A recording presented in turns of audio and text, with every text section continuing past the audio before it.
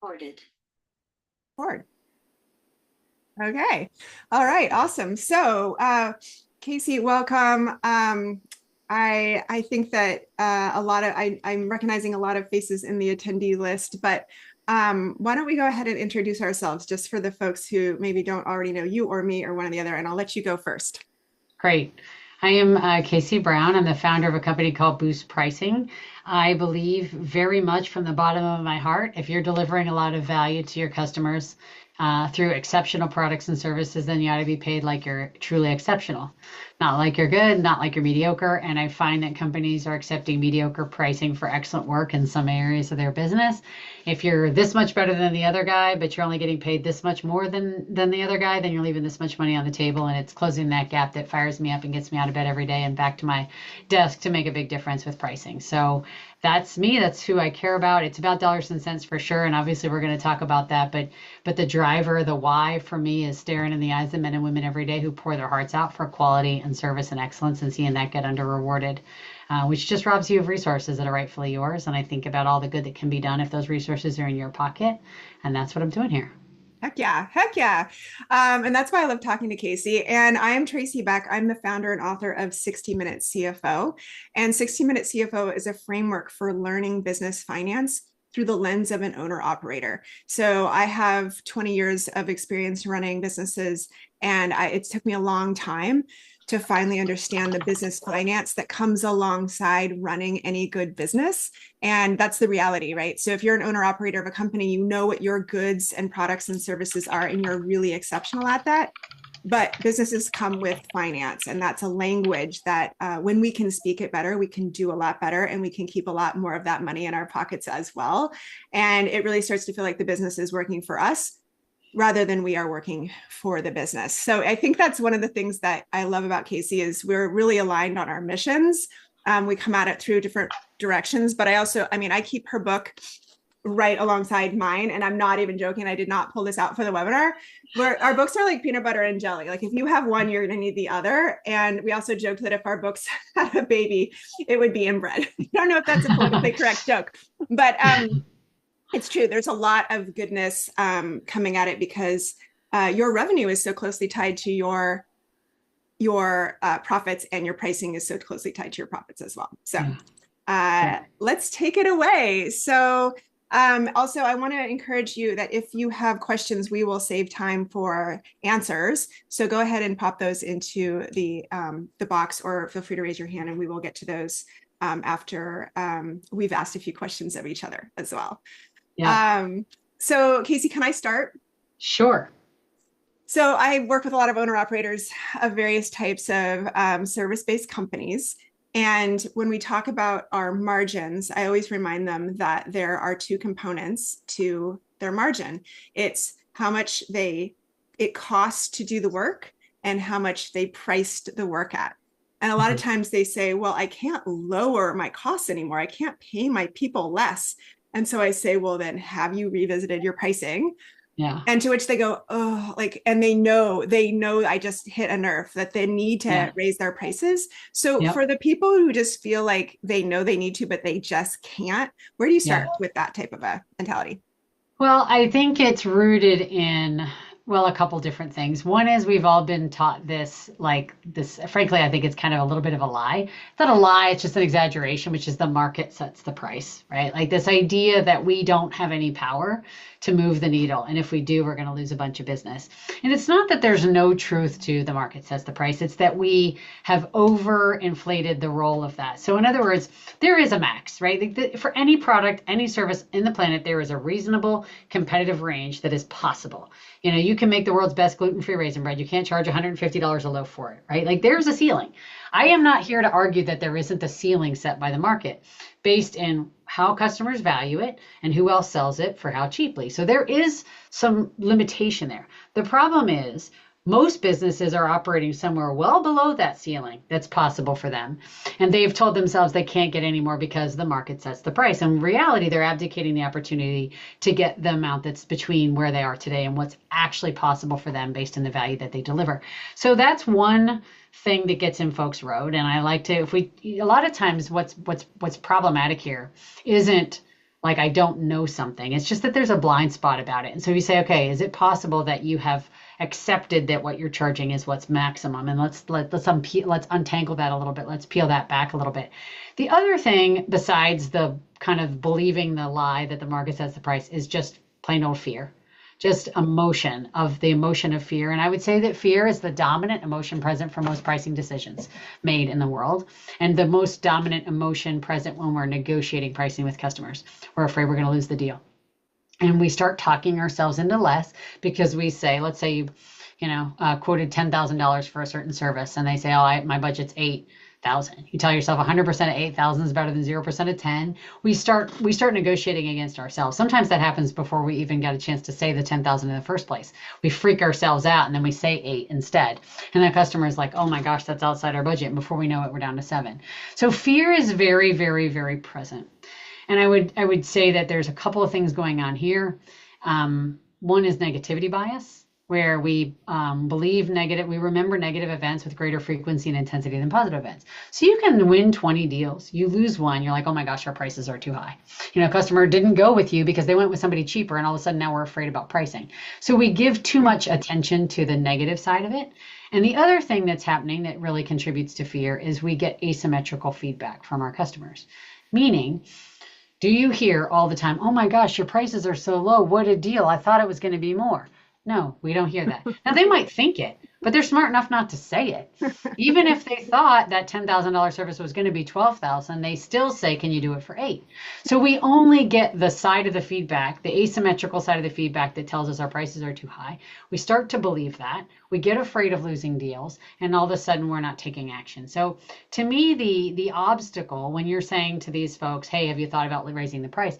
They're stuck potentially in that sort of belief system, like I can't, or if I do, I'm risking sales volume. I'm running all these risks.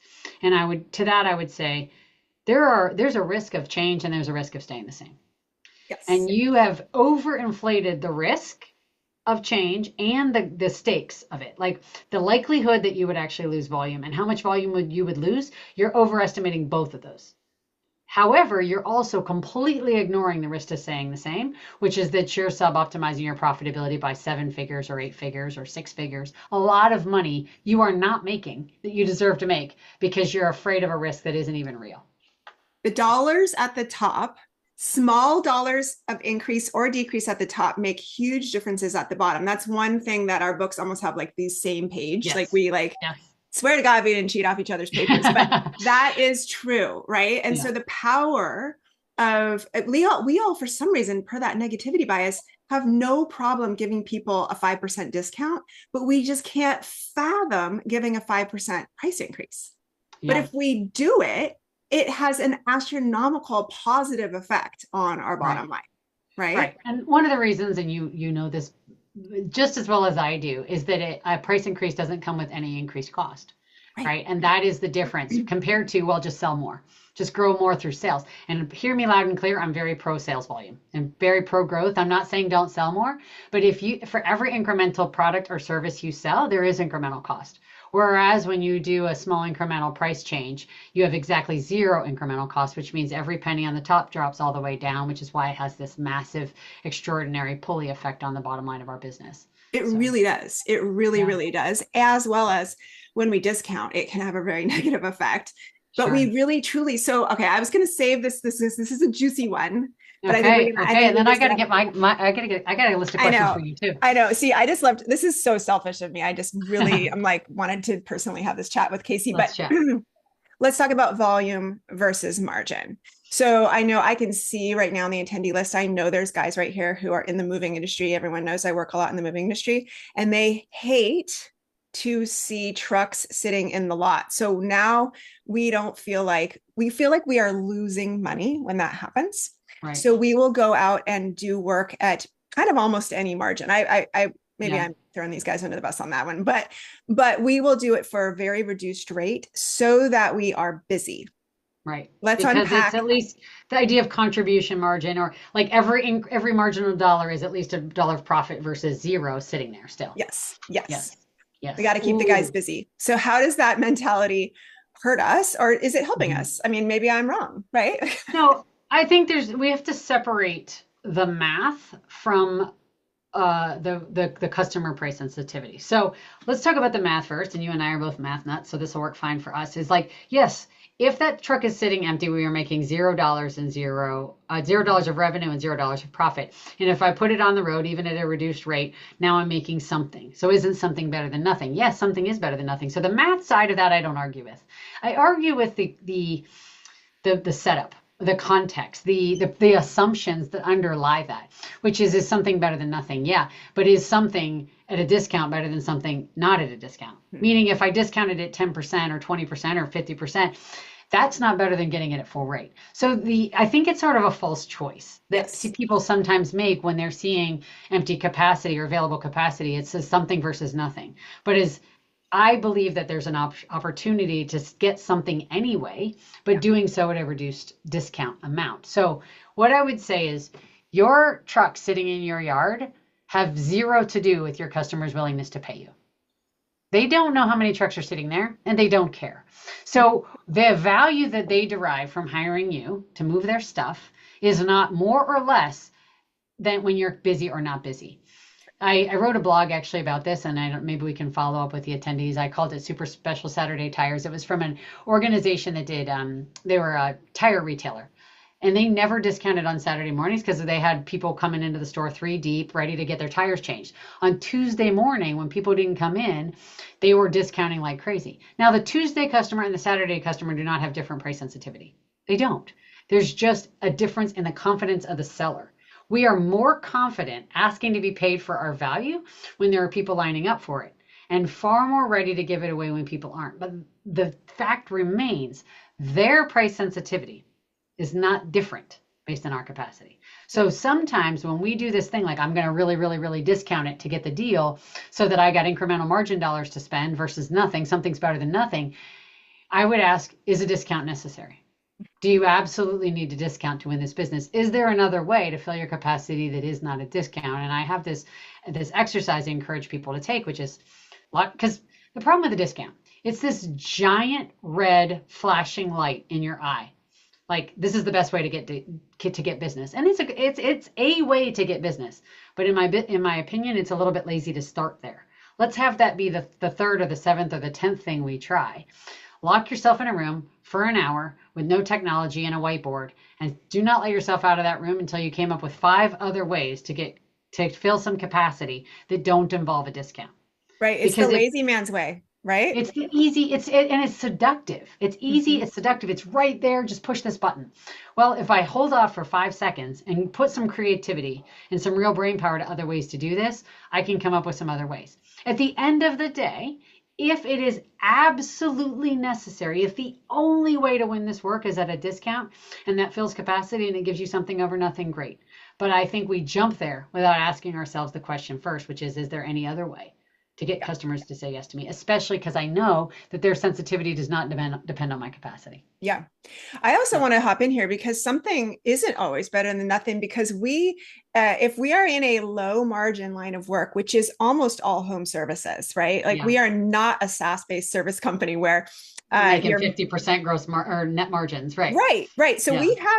we have oftentimes more than not single digit net margins, Yeah. meaning if you start shaving 10, 15, 20 double digits off your pricing, you will You're pay losing to do money. the work. You will Yeah. pay to keep the truck busy. And I would love for anyone here to decide whether or not that is if that something was better than nothing. Well, yeah, I started from the assumption that they had done the math to make sure this is actually accretive to margin, but you're bringing up a really important point, which is that sometimes we're not slowing down and making a data-driven decision. We're making a fear-driven decision. We're kind of clutching at any business is good business when in fact any business isn't always good business. No. Okay, with that, I'm gonna take it and have Okay. it be my turn to ask you a question. And I will, we talk. There's lots of elements to profitability. I focus obviously very much on the price one, but I would love to expand that to this question around cost. How much clarity do most business owners have around their cost? How much of an issue do you see this is? It's pretty much the number one issue. And we can really correlate it toward companies that are profitable and companies that aren't profitable, we have a lot going on. And I'm the first to admit that I was slow to the picking this stuff up and really wanting to live in the numbers. It's boring. It's already happened when we go in to look at all of our costs. And so we just feel this feeling of helplessness and boredom when we look at what things cost. We also feel overwhelmed when we look at it, because a lot of times the way our bookkeeping is set up is just a sea of numbers, right? Yeah. And how in the world are we supposed to make meaning of line item after line item after line item? And the line items vary from everything from direct labor, the people, the men and women on the front lines getting the job done, on down to the snacks in the break room, right? So it's Yeah. like, oh my God, the paper clips, the copy There's so paper, many. there's just too many things, right? So the first thing that we have to do, though, is start to group them into the categories they belong in broad terms. So we have to know what our direct costs are. Those are the costs of getting the job done, right? And those direct costs, Casey, I know you and I talk about them all the time, because that's the gross profit margin, is what's left after we've gotten the job done. In other words, we've heard of them referred to as cost of goods sold or cost of sales, direct expenses. Those are the things that are tied to selling your goods or services. Like, you cannot get them out the door without doing those things, paying for those things. Pretty much, and I'll just speak in broad terms because we're not doing a full breakdown of finance today, but pretty much everything else is our operating costs, right? Our overhead. And those things, we need to know how much we need, because while those things don't directly tie into getting the job done, we certainly need them, right? Like, we got to have our office space. We've got to pay the rent. We have to turn the lights on. We got to pay for internet. We got to have toilet paper in the bathroom. Like, these things have to exist, but we have to know how much they cost. And when we can break them down into then that operating profit margin. So what do we have left after we pay for those things? Now we have taken what was a sea of numbers and turned them into two profit margins. Right. So now I know that my gross profits are 50%. So after I send the folks out to go do the job, we get that revenue, we have 50% of that left to run the company. Yeah. And then after that, we end up spending, in some cases, 45% of that, and we're left with 5% net profit, right? So that's where we got to start. We got to give ourselves a break and start understanding what these three levels of profitability are. And that, when you know your costs, then you will, on a broad level, if you start at the broad and high level, you will naturally become curious to look at more of the line items within them, and you will have less overwhelm, because now you want the answer to a question that you have. But if you come into them from the detailed side of things, you will be overwhelmed. So most company owners seriously don't know. Like, if I said, how much of your revenue as a percentage do you spend on marketing?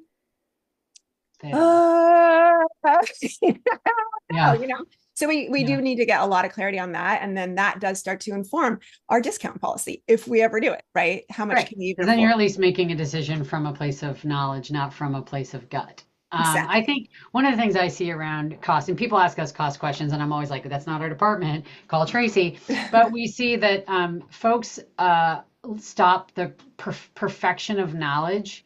Like, they have an idea in their head, like they want to be able to track cost at down to a customer level and a job level. And like, the level of clarity that they have in their mind is ideal is so far from where they are, they don't get started. Yes. Do you see that? Yes. Enemy, that perfection is the enemy of good or done. Right. And it's like, that's not the point. And the first Just get started with some broad brushstrokes, and it's going to be a huge impact compared to not ignoring it, or fearing it. You will get something out of that. And the first 3 words of the book, and I coach people are on it all the time, are keep it simple.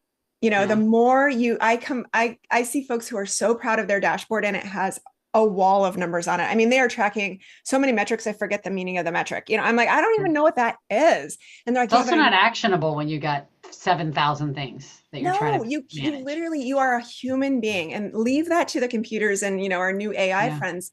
But your human brain needs simplicity. It needs high level, especially if you're the owner and the operator of this company. You have other things. So you need to focus in on the ones that matter. When you come in and you do your 60-minute CFO work, we literally mean find a way to do this in 60 minutes per month. This is not going to be you don't live here. You're Yeah. not, unless you're the You can't live here. CFO, you can't Yeah. live here. You have Right. other things to do. So you have to be clear on how you can spend the time learning what comes into these profit margin levels. But after that, you're tracking that margin and you're trusting your team to buy the right number of paper clips. Yeah. Like Right. you've got to look at the broad strokes. Yes, Yeah. absolutely. So the enemy is the or the perfect example would be a good. Another challenge I see around this sometimes is like because they've gotten overwhelmed, because they started it's like they just ignore it and operate with a like, I'm just going to sell my way out of it. Like Yes. volume cures all ills, which I know we both have our complaints with. Like, and again, I'm pro volume, I'm pro sales, but this idea we're just going to grind hard and sell more stuff and we're going to make enough money and we don't have to worry as much about the cost side. We No. hear that too on the same thing on the pricing side. Like I'm just going to sell more. No, and the math doesn't work The because math is not math. if your costs are not controlled, you will always spend too much money to do that volume. And what ends up happening is you work yourself silly, right? Like The you and then same exact thing happens on the pricing side. If you yes, discount, now how many, I always say when people are like, oh, I'm going to make it up in volume. I'm yeah. like, remind me, let's help you with the math. How many products do you have to sell, or how many projects do you have to deliver, or how many deliveries do you have to make at a negative profit margin? Like how many of those add up to a positive number? Like there's When no, the math does not math, but when we you get keep digging the hole, desperate. at what point does it ever fill itself in? Yeah, Never. It will never right. fill itself in because you keep digging it by Well, and selling. we're being tongue in cheek here, but to Yes. be generous to our attendees here, I can get guilty of this myself. Like I'm just going to work harder. I don't know an entrepreneur that's been in business for any length of time that doesn't have a motor for hard work and a Mhm. work ethic that Mhm. doesn't just. I mean, people know how to put the shoulder down and push against the wheel and work really, really hard. Yes. What I'm committed to, and you're committed to, and this is where our businesses exist in concert with each other is we want to see people like you're going to work hard. There's no such thing as an entrepreneur who doesn't work hard. I just want to see you make a little money for your hard work. I want to see you appropriately rewarded for the risk and effort that you undertake. And if we give a little more attention, an hour a month to our financials and a little more attention to making sure our pricing reflects the value we deliver, now we're talking about meaningful difference in your life because of it. Absolutely. Yes. Mhm. And I some of my favorite entrepreneurs that I meet up with, I always ask them like, how did you get to where you are? I met a gentleman who Yeah, has a $60 million business and yeah, he's just a mogul. He's an icon. I'm like, how did you yeah, do this? Like, and I know he bootstrapped it. I know he started at day one and put one foot in front of the other and leaned in, like you said. And he goes, well, I've always said yes. I never said no. And I'm like, that's not true. You're yeah, not giving yourself enough credit yeah. because you said yes To the profitably. right things. You hustled. You absolutely did. And so I think for the people who are like, I've gotten here because I've hustled so hard. Yes, you have, but the piece that you probably did intuitively, and hopefully you can continue to do intuitively, but if not, if you need to backfill with knowledge or pressure testing your system, is that profitability piece. Yeah, Are you doing yeah. it with the structure in place that scales that really will get you there? Well, um, we both know plenty of businesses, maybe some folks listening are in this spot today that are working really hard and not making any money. yes, And you're going home tired and hungry. And it's yes, like if you're going home tired either way as an entrepreneur. Like I said, I don't know any entrepreneurs that don't work hard, but I just want you to have a full belly. And so I think these kind of concepts we're talking about here are around rewarding the the smarter decision, not just the work harder. It's the work harder and smarter. yeah. And to your point earlier, it doesn't have to be madly complex. We're not talking about like, having some insane system. It's a simple thing. Yeah, we just want those Simple, not margins. easy. Yeah, we want those margins to be fulfilling, like leave Yeah. you enough at the end of the day to have the profits that need to exist to not run out of cash and to build that Yeah. balance sheet up and Yeah. all the stuff that I teach. But um, I know you do a ton of work with sales teams and sales people, right? And a lot of what you Mhm. do is training them to interact differently. And Yeah. you and I think of you when I am talking about pricing with people because you told me that we sell things the way that we buy things, Hmm. right? Can you Yep. elaborate on that concept? Sure. Sure. Because if there are sales folks on the call or people who manage salespeople, I think this is a Hmm. really great self reflection Right. opportunity. Yeah. Yeah, it's not just selling and buying, by the way, it's everything. We view the world through the lens of our own lived experience about Mhm. everything, right? And so we have a certain way of doing things in our own personal lives. And, we have personal buying habits. So maybe you're a person who likes to do a lot of research before you make a big purchase. You like to shop around. You might talk to friends. You read consumer reports. You think about it. You make sure your wife is on board for it, whatever. Like you really, really take your time. You want to get a good deal. You negotiate hard to make sure you get a good deal. Zero wrong with this, by the way. Zero wrong with this. But if you are a person who shops that way, it can sometimes make you susceptible when you are on the selling side of the equation, susceptible to tactics that people use because you're a person who buys that way. So for example, if you're selling something and you quote them $10,000 a month for such and such service, and the customer goes, I got to get a couple other quotes before I make a decision. Your brain says that makes sense because you're a person who thinks like that. You're a person who shops that way. And so if they say that, it makes you susceptible to that as a put off or a stall. And sometimes you will accept it and back away and say, okay, well, I understand. When can I follow up with you on whether you've decided to go with us or whatever. Instead of saying, okay, let's imagine you get three other quotes and some of them are lower than ours and some of them are more expensive. Who's going to get the business? Is it going to be the cheapest? Or what are you going to use besides price? Once you get these quotes, what are you going to use besides price to evaluate? Like, we don't stop. These kinds of buying habits we have can make us stop too quick because Mhm. our brain just lodges that as a reasonable next step. And we go, okay, I've told you this before, Tracy, and I don't know if I'm proud of it or not proud of it. I'm a person who makes buying decisions very quickly. Yeah. I hear it, I know if I want it or I don't want it, and I spend it and I don't spend it. And even very big decisions financially, I make very, very quickly. So I'm a person when somebody's got this long, protracted buying process, it's not that I judge it. It's just that I'm impatient to know the answer. Like, okay, you're gonna talk to your wife about this. You know your wife. What's she gonna say? Like I ask enough I'm getting to the end of I want to get to the end of the journey as quickly as possible because to me, as a salesperson, my time is valuable and I want to fail fast. I know I want to win, but if I'm going to fail, I want to fail fast. I don't want to call and follow up and touch base and check in 17 more times before I hear no. Yes. So these kinds of ways of buying can make you lulled into accepting things that make a buying process very long or just things that people say to get rid of you. Because sometimes people say, I need to talk it over with my boss or my business partner because they already know it's a no, but they're too polite to say so to your face or they don't like conflict. It's like, okay, well, are you going to recommend to your boss that that you go with us? Right. Because if you're not going to recommend us, then probably there's no need for me to chase you down later. Are you going to Right. recommend this? Okay, and your boss, you know what your boss cares about. What's your boss Joe? What's Joe going to ask? What's Joe care about? If you're going to recommend us to Joe, I want to make sure you're successful at selling this to Joe. How can I support you to make sure you're really armed to sell? These are questions that do not dawn on people who have, unless they're aware of it, Yeah. who take a long time to buy. Yeah. And I think what's really pivotal is I think, first of all, like if Casey got on the phone and was selling me something, I would buy it so fast. So kudos to you. Yep. Talk to Okay. more of our Never mind. prospects, You're please. They right. don't all I'll buy. take it. Wonderful sales chops. But when we are working with our sales teams, Hmm. and I go behind the scenes and I work with a lot of companies. I'll come in their doors and we'll interview their sales team. And we identify an underperforming salesperson because we know the Hmm. industry averages, right? Like Yeah. what their close rates should be. It's like we fall back on these tried and true principles for our industry, like, well, you got to sell on these things, you got to make sure you offer them these bells, these whistles, but we oftentimes Yeah. forget like what's inside of us holding us back from doing, Right. because we're saying, but I would check with my wife, I would check one, I would Yeah. have to ask my boss. This And makes you're like, sense. but Yeah. that's not what everyone does. Like if you're so Not lucky to get everybody buys Casey the on the same way. phone, she'll just buy it right there, Right. and sell Yeah, it. I'll make a $50,000 buying decision in a 30-minute sales call if I'm convinced it's the right thing. I don't Yes. need 17 years to figure it out.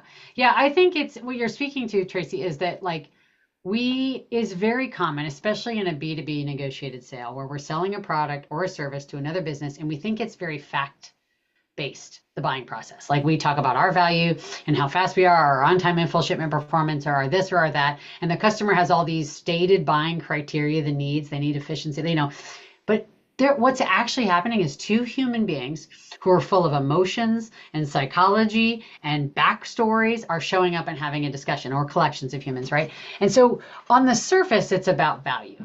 It's a very simple, straightforward exchange of value for money.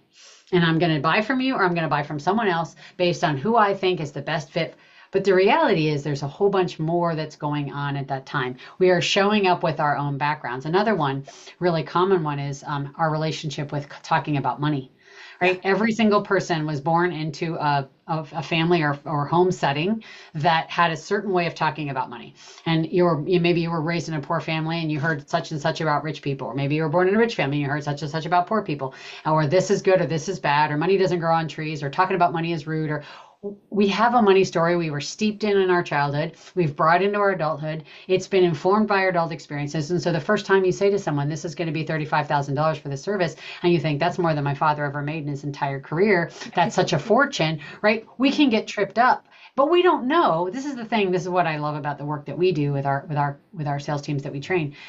We don't know some of these things are stopping us. Right. We don't know because we very many folks who sell stuff have good sales skills. They know how to ask good questions. They know how to present value. They know how to handle objections. It's not a skill problem. It's a mindset problem because underlying those skills is a set of habits, beliefs, attitudes, and fears that sabotage success. And so even though I know what to say and what to do and what process to follow, in the moment, I get in my head, I get in my gut, I get afraid, I'm worried about losing the deal, and I start negotiating against myself because these hidden things. And so what we're doing with a lot of our training, and you can read about this in the book too, it doesn't have to be hiring us, is really about the mindset side of this just as much as it is about skill set. Because pricing isn't just about numbers, it's about fear. It is. And that's why you named your book Fearless That's Pricing, right. right? You got I it. mean, it is. It's like we have to remove the fear. Okay, here's the other thing that I come up against, and I have forever because, my roots are in pitching big, expensive website proposals, right? Like we were Yeah. building bespoke before you could get one off of a Squarespace. Like I would pitch these big, 5 and 6 figure websites to people. And so I had to get out of my own way. I had to get used to saying big numbers to people. Yeah. But then you would meet up with somebody who was the classic nickel and dimer or pushbacker, right? Like, Oh, yeah. and I learned from your book that there are actual buying personas. Yeah. And Yeah. and I've now watched it because what I used to do is take it as a signal of my quality, my services, my pricing, my offer, my value Yeah. when Yeah. someone would do that to me. But when I read your book, I was like, wait, that's not it at all. That's And in fact, so can brilliant. you talk about what it means when somebody pushes back on your price? Because it's Yeah, for fascinating. sure. When you explain it, Thank I think you. it's fascinating. Thank you. Yeah, I think we take this is too expensive, your price is too high, it costs too much as at face value. We're like, oh gosh, we have a price problem. When in fact, we have to separate tactic from reality. So sometimes people are just employing a tactic. You told them it was going to be 35 grand. They thought it was going to be 50 grand, but they're like, well, cool. I'm going to ask him if I can get it for 30 because why not? Can't hurt to ask, Yeah. right? And can't hurt to ask club is one of the personas I talk about in the book. Like it can't hurt to ask, so I might as well try. It doesn't actually mean I'm not going to buy from you at the quotes. I do in the long form of my keynote, I'll ask people to raise your hand. How many of you have ever, when you were buying something, it could be from a garage sale to a new car or anything in between or in your business, have asked somebody to lower their price even when you had decided you were going to buy at the higher price, and everybody raises their hands. And I'm like, how many of you, even if they said no, would still have bought it, raise their hands? Like your customers are doing this stuff to you all the time. So we have to understand that there's a difference between tactic and real volume threat. That's first of all. But to kind of really directly answer your question, what does it mean when somebody beats you up on price? Price pressure is a buying signal. Hmm. Customers saying your stuff is too expensive is actually, it feels paradoxical because it feels bad. It feels like they're beating us up. But what they're actually saying is, I am interested in your products and services. And hear me out on this because that the jump is not necessarily obvious. Every customer, whether you sell to a company, a government agency, a nonprofit, a consumer, does not matter. Everybody who's buying from you is a human being making a buying decision. And human beings are pretty notoriously self-interested. So why would they bother saying, this is too expensive, so-and-so down the street can do it for less, you're outside my budget, can you sharpen your pencil, can you do it for this, can you match their price? Why would you get beat up on price if they didn't want to buy from you? The answer is they wouldn't. They just go buy from the other guy. They're beating you up on price because they have nominal interest in buying from you, which gives you some pricing power over them. Not unlimited power. We can't just sit there and, get arrogant and expect blank checks to roll in. But we do have some power in that moment.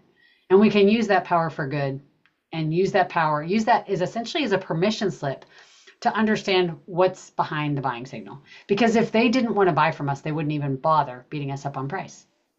So when people push back on price, and you're curious to unpack, is this your can't hurt to ask club Yeah. person, or You're trying to like, distinguish if it's a tactic or not. yeah, what's a Yeah. good next? What's the right rebuttal or response to that? Yeah. Well, there's a lot, and sometimes it's very dependent on the nature of the relationship, the nature of the complexity of what you sell, how competitive or commoditized your offering is or not. There's lots of things, but I'll give an example just to make this a little bit real. One of the most common tactics that customers use to try to get our stuff for less is some version of a price match request, or I've got three other quotes, Tracy, sitting on my desk that are significantly lower than yours. You don't have to be the lowest, but you have to be in the ballpark. I need you to match this quote. If you can match this quote, I'll buy from you. Yeah. Everybody in the business to business world has heard some version of that, right? And let me tell you a few things I see when I see from sellers that I don't love in the face of that. The first is rushing and price match, costs us a ton of money. The second is a meet in the middle strategy, which still costs us a ton of money. The third is what I call fruit salad, which is like, let's make sure these two proposals are apples to apples and beep, beep, beep, beep, beep, right? Which I don't hate. I don't think it never belongs. It just doesn't belong as a first step. It gets very tactical, very ticky-tacky. We're talking about these proposals when really we have just received a buying signal. Yeah. We are here as peers. As soon as we start doing apples to apples, we're down here peddling. We're horse trading. I don't want us to go there. The another one is telling them a bunch of value messaging about how we're better than them. The other guy, blah, blah, blah, blah, blah. Problem with that is we're in monologue mode. We need to be in dialogue mode. This is running. These are closed. They just got done telling you they want to do business with you when they said, will you match the price? Will you match the price is the same as so-and-so down the street is inferior to you, and I want to trick you into giving away your superior service and quality and value for this low price. I want to buy from you. They just got done telling you that, but you don't know why or by how much, and you're never going to figure that out if you do all the talking. So a set of questions, salesperson superpower. You could say, thanks so much, Sarah, for the chance to respond to this. I hear you say price is a challenge and you've got other quotes that are lower than mine. I definitely want to win this business. I think we're the best equipped to do what you need to have done. Could I ask you a question before I respond to, your request, or before I revise my proposal? Sure. Could you help me understand? Like, let's just imagine these two proposals had landed on your desk and they were exactly the same price. Which one would you choose? Oh, I'd choose you. Okay. By the way, if she doesn't say that, you do not have a price problem. You have a different problem, right? But she's teed you up with them. Okay. Then she's wasting your time. Yeah. Can you help me understand why that is? What it is about what we've proposed? Help me understand what's really important to you so that when I revise the proposal, nothing that matters to you comes out of it. What is it about our product, our service, our competitive advantage, our team, our approach, or whatever that has you answer that way? You get the dialogue going. And sometimes you will learn something in the course of that you realize they have no intention of going with that other guy. Now, they're not dummies. They're not going to trot out all their pricing power and lay it on your plate and be like, well, those guys can't even start the project until November, but I need it next week. But still, I hope you'll discount. Like, they're not going to do that because they're not idiots. But good news, neither are you. Neither are you. The key is to start to crack open the conversation, get a dialogue going where you're trying to understand what they really deeply value. At the end of that conversation, if you've learned nothing that helps you, you can still discount. You can still meet in the middle. You can still apples to apples. But asking questions and getting more information can often arm you with what you need to know that you can diplomatically hold the price. Yeah. Yeah. It's my turn for a question. Okay. Can I break in? Can I break in? Yes. This is a tough time for a lot of businesses, and we're not gonna go political, but economically, tariffs and AI and all the things that are creating we're hearing this a lot. We're even seeing this in our own business, a lot of uncertainty. Yeah. And I think we hear some people really getting conservative with cash and sitting on the sidelines and not knowing what to do in the face of lack of clarity. What do the financials tell you about companies that wait versus act? And what advice do you have for companies who are maybe in that wait and see mode right now? Yeah. Well, so first of all, I like to say, like, I've been asked over the last 5 years, how do companies prepare for the coming recession? And that recession just kind of keeps kicking itself down the road, right? Like, is it now? Is it now? Is it now? Is it now? So, times are as uncertain now as they've ever been. We're always going to live in this land of uncertainty. So what we need to do is we need to figure out what it is that our company needs to survive adversity, right? Because that's just the way it goes, right? Like, there's always going to be some new challenge that we could foresee or not foresee, like a global pandemic coming our way, right? And the answers to these questions don't live where we usually go looking for them. Because as owners and operators and entrepreneurs, we spend a lot of time thinking about pricing, revenue, profits, and our bank account. But we don't spend a lot of time thinking about our balance sheet. The balance sheet is the like left behind, gets no respect financial statement. When I joke, I'm saying this is the Rodney Dangerfield or it's the Aretha Franklin sheet. It gets no respect. And over Yeah. here on the income statement is, it's your Taylor Swift. It's the everyone's eyes on it if these two were Yeah. celebrities. Yeah. So what we need to do is we need to start looking at, well, what does our balance sheet look like? And you've probably heard the term fortress balance sheet. Like, is this balance sheet, is this business just like, does it have tons of cash? Does it have tons of debt? Do we have a lot of assets that we can sit on and that are really fortifying our asset base? Or Yeah. are we really running pretty slim? And if we needed a loan, we couldn't get it because we've already gotten every single loan that we could qualify for, Yeah. right? The people like to say the only time you can get a loan is when you don't need one, right? It's Yeah. like, Right. great. I say I have a ton of cash, but you'd be happy to lend me more. Thanks. Yeah. That's not necessary. So what I would say is what we need to start doing is we need to get a real handle and understanding on what's on our balance sheet. So when you do that, a couple of like quick and easy numbers that you can stand out that are the ratios that I teach, right? Rather than looking at the details, we can start to pull out our liquidity. And our liquidity is really simple. It's just taking the one number on there that says current assets and dividing it by the one number on there that says current liabilities. And if that number is above one, preferably above two or three, your liquidity is in a pretty safe place. That means you have $2 of current assets for every $1 of current liabilities. That means in plain terms, you could pay all your bills 2 times over. If your liquidity is three, you could pay all your bills 3 times over, right? So you could have some bad months, bad years, and you would still be liquid enough to survive. Similarly, if you are thinking about, we might want to start looking at like a line of credit or a loan to weather these hard times, right? We need to know if we're anywhere near qualifying for that loan. The number one number you can take are, again, two numbers on your balance sheet. You can take your debt, which is the number that says total liabilities, and you can divide it by the number on there that says equity. Your debt to equity is going to be a number. If it is below 3, in other words, if you have not borrowed 3 times the number of dollars that you have yourself have either earned or put into the business, you are probably somewhere in the land of not getting shut down on your first attempt to get a loan, right? Yeah. There's many other factors that go into it. We want to start managing these ratios and knowing what they are, preferably keeping that debt to equity right around 1.5, maybe 2, so we don't get it too high. Then you're sitting in a place where it's like, hey, there's so much crazy stuff coming. But if, let's say, an opportunity that you want to jump on, you said, should we sit on the sidelines versus get in the game? So I have a company I'm working with now who's like, I have this opportunity to buy this asset that would greatly reduce my risk because right now I could become my own landlord, right? And he's like, but what should I do? Should I do it?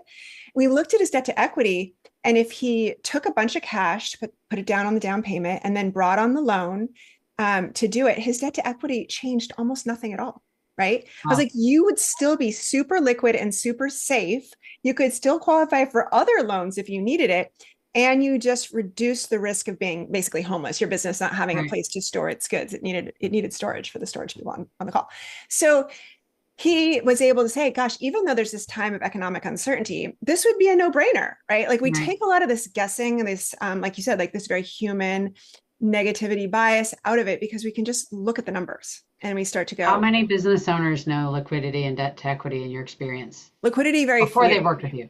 Yeah, very few know even what a current asset is, right? What a current liability is, what the difference between long-term debt and short-term debt is, like these words are such, finance jargon until you figure out what they're doing for you, right? Yeah. And the liquidity is current ratio. That's the finance term for it, right? So if you know your current ratio, you probably have an MBA. Most Yeah. business owners don't have MBAs, right? So, but we do know what liquidity means because Sure. we've It's a all had a concept. moment of, Even if we don't know that number at the top of our head, we know yeah, cash, we're yeah, managing cash, right? yeah. And we sure know what it feels like to not have liquidity. so, Yeah. so Yeah. yes, yeah. Mm-hmm. Okay. And when if if you were going to, and maybe it's as simple as what you just said around the, paying more attention to the balance sheet and some of those ratios from the balance sheet. If you were going to give a CEO advice who said, I have time to implement one financial practice this quarter, like I'm gonna invest a little energy into one new thing that I'm gonna pay attention to, what would you have them look at to improve their decision making? More likely than not, I need you to dial in your gross profit margin. It's going to be, first of all, it's a little bit of a spoonful of sugar because I didn't say go work on your balance sheet, which no one likes. So I'll let you play on the income statement. Okay. So I would like to lead you to the water with something that you like. Mm-hmm. But your gross profit margin, if it's broken, you have a world of hurt below there. Like you Yeah. probably aren't earning enough money to operate the rest of your company with very much left over for net profits to have as retained earnings or in your, in your pocket, essentially. So that's that first line of defense. That's why I love talking about pricing, right? Because it's the Yeah. gross profit margins, the two components are revenue and direct costs. Your revenue is the number of jobs times the price you charged for Right. it, right? So it's super important. Super Yeah. important. Simple. Yes. Simple, not easy. Yeah. I think when you talked about like people, the lack of certainty out there, like there's some places we can look in our own numbers to know we can't do anything about what's happening out there, but we can know how we're sitting, and manage our own risk and manage our decision making by what's in here. We see some of the same kinds of things with pricing where people aren't making decisions around price increases because of sales volume loss. If I raise my prices, I'm going to lose volume. They'll Right. say these things like, but I don't, very often that's a kind of a blanket statement. And as soon as you pressure test it, there's not a lot of like underlying information that drives that decision. So we say, okay, what kind of sales volume do you believe you would lose? Like, let's say you did a 5% price increase or a 10% price increase or two, whatever, pick a number. What kind of sales volume would you lose? Because a lot of times when you do that math, if you were to lose a modest amount of volume with a price increase, you're still significantly financially ahead. Now you are a slightly smaller but much more profitable business. But it's almost like they're afraid of the monster under the bed. It's Yeah. like, oh, the monster under the bed is volume loss, but they don't look and shine a light on it because if it's not that big and is more than offset by pricing. By the way, oftentimes when customers, the handful of customers that do leave when we do a price increase are generally the worst customers ever anyway. They're the awful ones that don't pay you on time. The The smallest two customers are the least profitable, usually. Yeah, Yes. yeah, exactly. And they're oftentimes they're also difficult. They're difficult customers. Like the ones who do Yes. not value you are often the squeakiest wheels, and the Yes. vocal minority, they're the real pain in the butt. So some of them go, most of them stay. You make a lot more money, and that's if your assumptions about your volume loss are true. And I can tell you from a lot of experience, the hundreds of times that I've asked this question, how much will you lose? And then when they actually implement the price increase, the volume loss is half that or a quarter of that or zero. We overestimate the negative impact of some of these decisions, and we're not doing it from a place of data. We're doing it from a place of fear. It is. And I think that data piece is the flashlight to the Yeah, monster under the bed. The monster under 100%. the bed is the lack of data. It's Hmm. this, or it's you have it, but you're not looking at it, right? Right. And then shining the light on it is truly getting visibility to your data. It's saying, you know what? It's actually not that. It's, Not that terrifying. it's Yeah. less terrifying. And we're usually talking about, like, we both have examples in our books that if you make small changes to your pricing or small changes to your gross profit margin via the pricing or your costs, Hmm. that's all it takes. 1%. Yes. If you can improve your gross profit margin by 1%, you can make 25% more cash dollars at the bottom line, right? Depending on what your revenue is. It's Right. a it makes it less work. You didn't go out and earn 25% more revenue. You Right. kept So what I 25. say, you know how many extra shipping lanes you have to run with a price increase? Zero. You know how many extra invoices you have to chase down and get paid on? Zero. You know how many extra people you have to hire to staff the work? Zero. It's free money. And I Yeah. use quotation marks because I always say simple, not easy. Like it's simple. But the difficult part is generally just facing the fear. It's not as hard, frankly. I would much rather have one uncomfortable conversation with a client about price than I would work 52 weeks a year grinding at low margins to get that same amount of money. And it's a mentality shift. So I think that 100%. I want to open it up to questions now because we're about 10 minutes out from our hour. But that leads perfectly into the one that Ryan asks, which is what's a practical approach to increasing the prices, right? So it's like, because I think we all are like at the end of this, I mean, we're all like going to go back and do it, right? But Yeah, for he's sure. wondering, for example, would you recommend raising them in small increments and then reviewing the results quarterly? Or, my Yeah. goal is to get as close to the price ceiling as possible without losing business, but test the higher rates, right? So Such a good question and so yes. well thought through, Ryan. Very like there's a lot of business wisdom in the even in the way the question is asked. And I think I will answer it mapping onto the way he asked it, which is really it's a function of risk tolerance. So my belief firmly is that 100% of the people on this webinar have some unexercised pricing power in their business, meaning there are some places they could take price to some degree and not lose any volume. I don't know exactly where that is. They don't know exactly where that is. If they did, they would have done it by now, right? So we have somewhere between zero and infinity unexercised pricing power. We can only map that out by trial and error, frankly. There's not in most B2B negotiated sales arenas any other way to do it besides starting to do it. I'm going to do this increase, right? So how quickly you map out where the cliff is. Like there's a cliff. Most people think the cliff is, right, 2 inches in front of their feet. My experience is the cliff's across the room.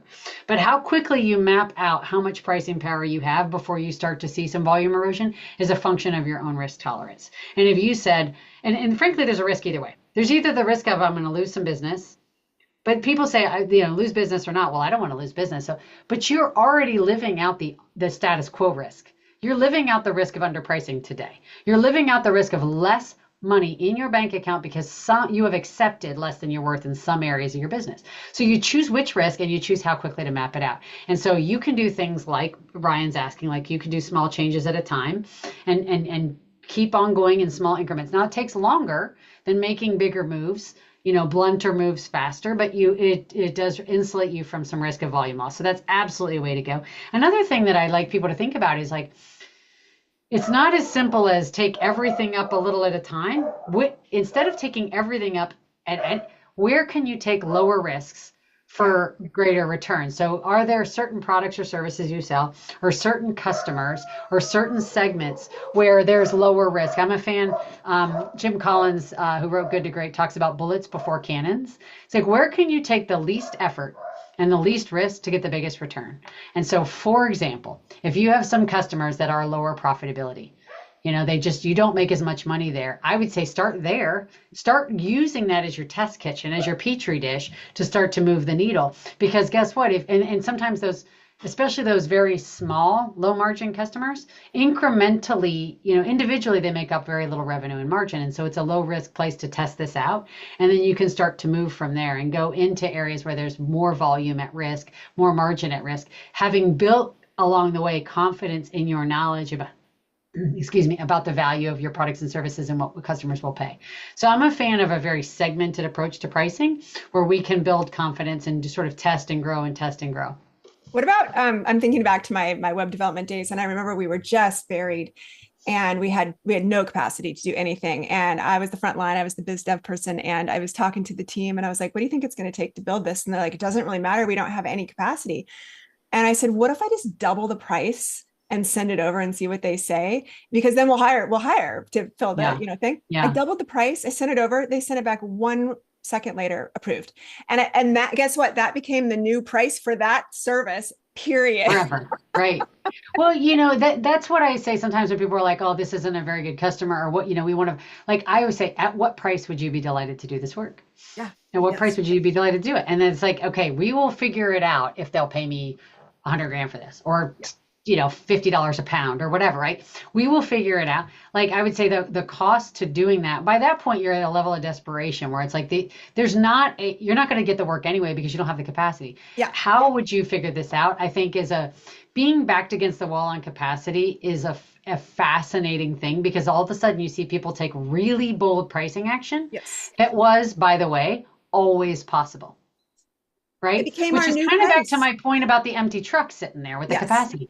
Like if they will pay you when the trucks are cranking, then they will also pay you when they're not. It's your own belief about what they will pay that causes you to get bold and say, fine, double the price. Yeah. right? And I'm not advocating everybody go out and double their prices, but No. your willingness to be bold is generally the limiting factor on price, not what customers will pay. It was a lucky opportunity. I remember that time because I just didn't care if I got the work, right? And that's yeah, I just wasn't that hungry. I was like, we're fed, you know. So Right, on a right. sales side of things, I was just like, you know, I guess. Whatever. Yeah. It's almost like a nothing to lose attitude, Yes. which is the challenge because when we're in sales, and a lot of folks on here, owner, operator, founder, and I am an owner, operator, founder. And I remember just like, in our early days when it was like I was, you know, you're, I started my business on credit cards, right? Like everything was, and I was a single mom at the time. I'm a truck driver's daughter from the wrong side of the track, so there's no family money. Like if this fell apart, I'm in real trouble. And you get, from your early days of founding a business, I think almost like a PTSD of like every deal is so important. Every yes is almost like the difference between life and death. And we get into habits of like every deal is like sacred and we can't hear no, and we get in, and even businesses, I've seen businesses that have been around a long time that make really good money, and the founder is still stuck in this like almost like a scarcity mentality of we have to win every deal at every cost, and meanwhile they're leaving a lot of money on the table because their value is so far outstrips their willingness to ask for it. And when founders are sometimes the problem, like I have sometimes clients that hire us, and the CEO will say to me, "I know I'm the problem." Honestly, when my team quotes it, we make more money. As soon as I get involved, and I call those folks the CDO, the Chief Discount Officer. So I think it's really important as the CEO to have the self-awareness to know whether you're the standard bearer, because a lot of CEOs are like, no, our stuff is awesome, and they will never sacrifice price because they believe in it so well and they're so equipped to communicate it. But other times there's the CDO, in which case don't be the one that sells. Get somebody else that can sell your value, not Right. you. Get out of there. Get out of there. Yeah, I love that. Well, that's a great answer, Ryan. I hope that helps. And there was another answer from Michelle, and it was, can you repeat the debt to equity equation? And I typed that in for you, Michelle, but it is on your balance sheet. It's all of your debt. So that would be the wording of total liabilities. And then you divide it by the word that says equity. And those are going to be two probably pretty bolded line items on your balance sheet.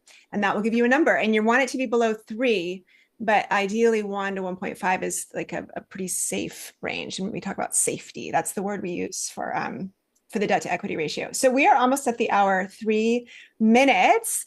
And so, Casey, any final words for people who I know are going to want to have their sales teams get trained by you? Where can they find you? sure. Where's the book available? What other ways can people work with you? Thanks for asking that. Yeah, so we have the company's website that where we do all this team training is Boost Pricing, like the energy drink, boostpricing.com. And we have a lot of free resources out there. We have some free calculators, and I write a lot of blogs, and we have videos, and I appear on a lot of podcasts. So anybody who just wants to get steeped in a little more of this content can find that there. Also, I'm on LinkedIn. You can find me there. For anybody that wants to learn about how we actually train sales teams, we have a really, really fast fix for sales teams that price from fear, not from confidence. And it's 100% money back guaranteed. So anybody who wants to talk about that, you can reach us at info@boostpricing.com. And Tracy mentioned my book, but I guess I will plug it because why not? Fearless Pricing. A lot of the stuff that we teach in our training programs is contained in that book. And so if you are a self-starter and really good at implementing change in your business, you can get a lot of those answers in that book. Yeah, yeah, it's a great read. Yes, Thanks. yes, I love it. And Yes. will you do the same? Sure. Yeah. So for anyone who wants to find more about 60 Minute CFO, becoming financially fluent as a leader, 60minutecfo.com, and it's 60, the number, minute CFO, the zero, it's not a zero, it's an O.com is your home base. I have a community that I teach in a lot. So I have hours and hours of recordings, but I also show up there live 2 times a month and really help people through building your financial muscles. It's like a gym. You join the gym, we get stronger together, you build the habits, you keep your muscles strong. Unfortunately, financial fluency is a muscle, and if you don't use it, you will lose it. So it's one of those things that you want to create habits around. There are trainings in there that I do live every once in a while. And there's a lot of free tools on there as well. So you can download all of our templates if you want to get these things calculated, like Michelle, who's doing the math. There are templates that will do all the math for you, and you can start to build out a 3-statement model. And then, of course, the book is on Amazon. So if you need 60 minutes Excellent CFO. book. Love the book. Buy the book. Peanut butter and jelly. So if you got one, you got to get the other so you can have your sandwich. Yeah. Everyone here is going to get an email from us also with a free month to our communities. So if you want to test drive those as a thank you for showing up live, you will see a code for that in your inbox. And for those who are catching the recording, I'm sorry, you should have been here live. But thank you to the excellent show up rate and to the folks that answered questions. And we'll see you in our communities. Thanks, Thank Casey. you. Thanks Mhm. all. Yeah. Bye. Bye.